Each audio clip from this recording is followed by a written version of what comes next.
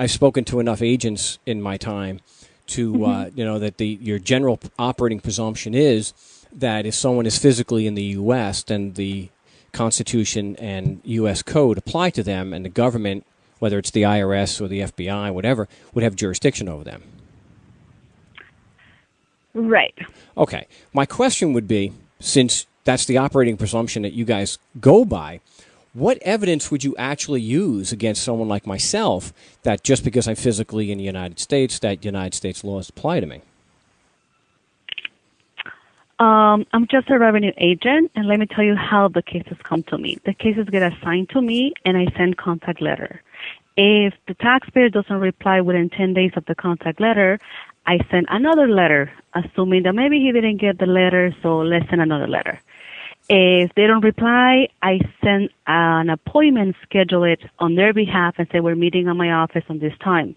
If the taxpayer doesn't show up for that appointment, then I disallow everything that I see on the return, and then I issue the report. And I think that's what's happening right now.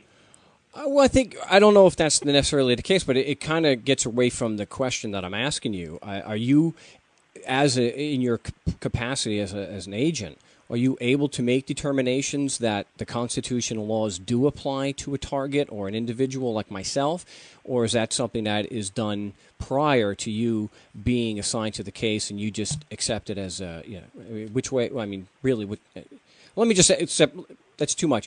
Are you able and qualified to determine on your own that the Constitution and Code would apply to someone like me just because I'm physically in the United States, and that you would have jurisdiction to send me form letters? I can give you my manager phone number, and you can ask him that question. I'm just a revenue agent.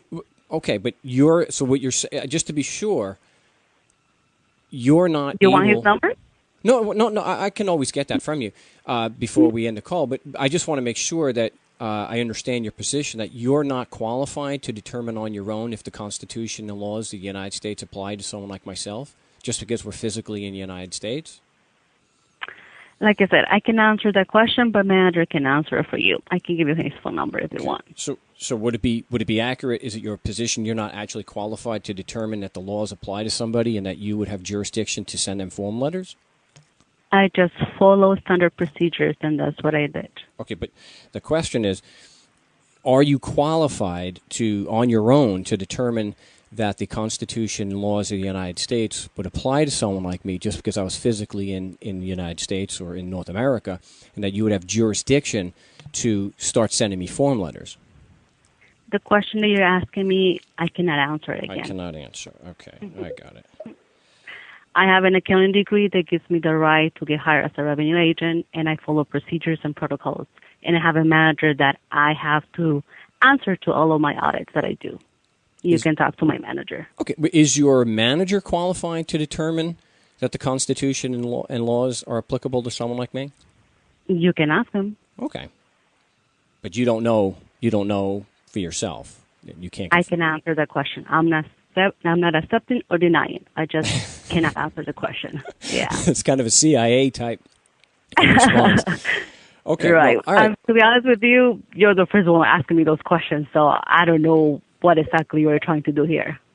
I'm just trying to establish how jurisdiction is established and if you're qualified to do that, because apparently, at least with that, you have made, or someone down there has made a determination that you have jurisdiction to proceed against him.